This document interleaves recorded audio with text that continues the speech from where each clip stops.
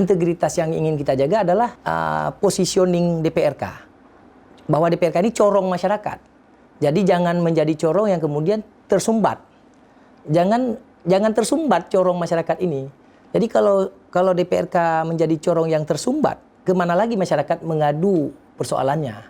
Rusak jalan nasional, tapi yang jalanin ini kan, yang berjalan di atasnya kan warga kota. Jadi kan harus ada kemampuan komunikasi orang kota dengan pemilik jalan itu, misalnya dengan provinsi. Tolong selesaikan ini. Tolong, ini jalan berlubang. Ini udah membahayakan masyarakat. Karena kalau ada orang kecelakaan karena jalan berlubang, itu dia bisa mempidanakan pemerintah sebenarnya. Masa sih ada wali kota yang masih bisa bertahan dengan jalan berlubang yang nggak tertutup? Makanya saya gugah dalam pidato saya. Ini kan ada kontestasi wali kota ke depan. Ada 4 calon wali kota. Masa sih keempat-empatnya masih suka dengan lihat genangan kita yang nggak tertangani dengan baik?